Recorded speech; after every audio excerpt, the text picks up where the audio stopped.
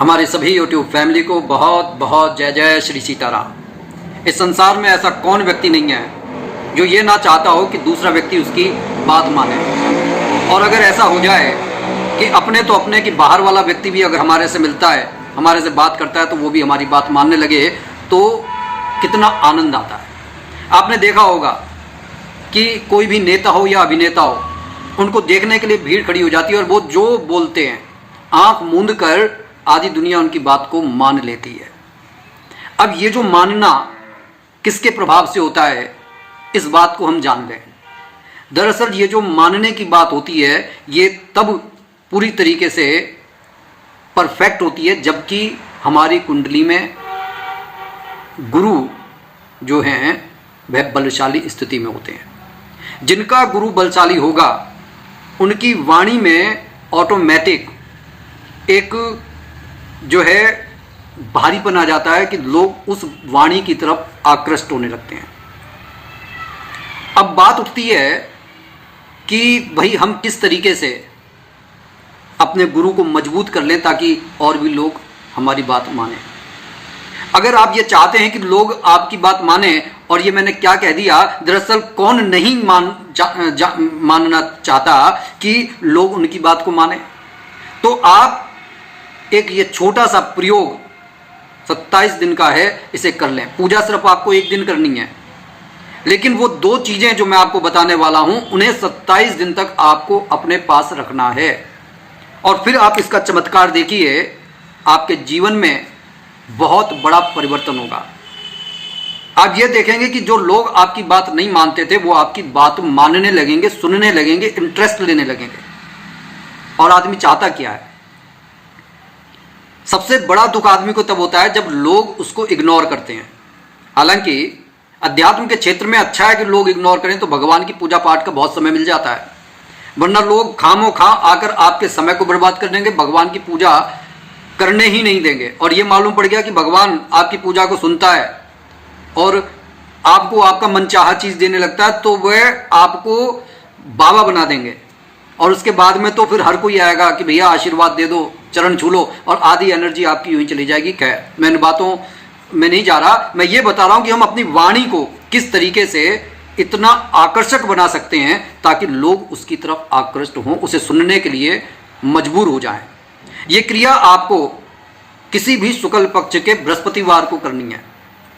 आपको करना क्या है, ब्रह्म मुहूर्त में उठने के बाद में आप अपने नहाने के जल में थोड़ा सा 1-2 बूंद शहद की डालकर स्नान कीजिए।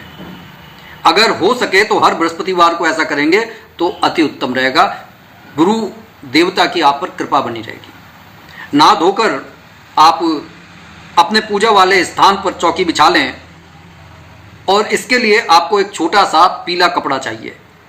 सबसे पहले चौकी को गंगा जल से शुद्ध कर लें, छींटे मार दें, और उस चौकी में सबसे आगे, जैसे कि मैं बैठा हूं, मेरे सामने चौकी रखी है, उस चौकी, अब मान लीजिए ये चौकी है, इस चौकी के आपको मेरी तरफ से चौकी के बिल्कुल लास्ट में आपको वो पीला कपड़ा रखना है, और पीले कपड़े और मेरे बीच में वो दिया आपको रखना है। ये ध्यान रखना है कि दिया जो है कपड़ा इतनी दूरी पर रखें ताकि वह आग ना पकड़ ले, ठीक है।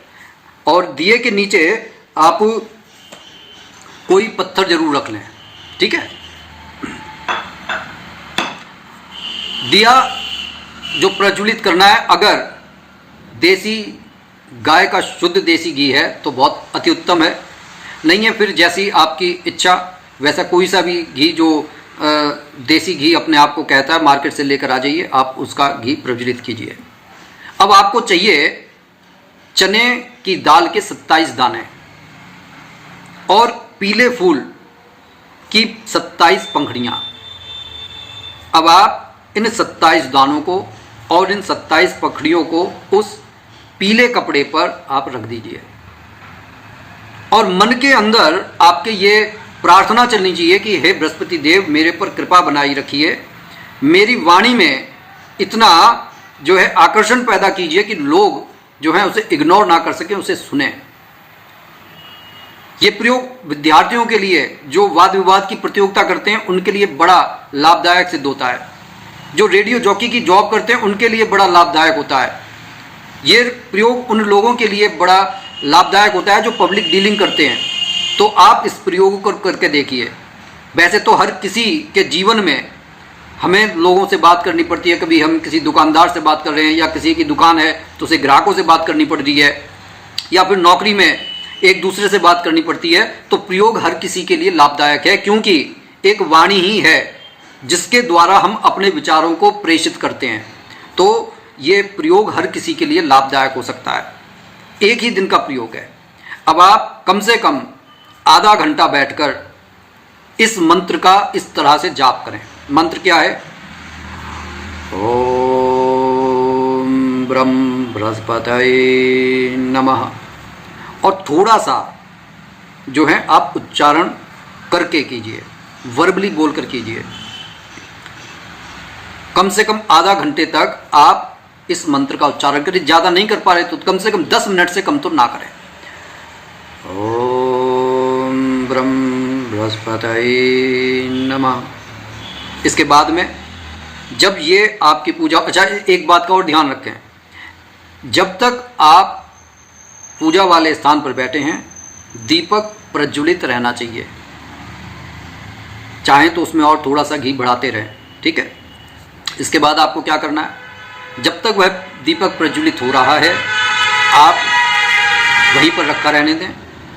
और वो जो पीले कपड़े के अंदर जो चने के 27 दाने हैं और पंखुड़ियों के पीले फूल की पंखुड़ियाँ, ध्यान रखें पीले फूल की पंखुड़ियों के जो 27 पंखुड़ियाँ हैं, इन सबको आप एक पोटली बना लें उस पीले कपड़े में और उसे अपने पास रखें।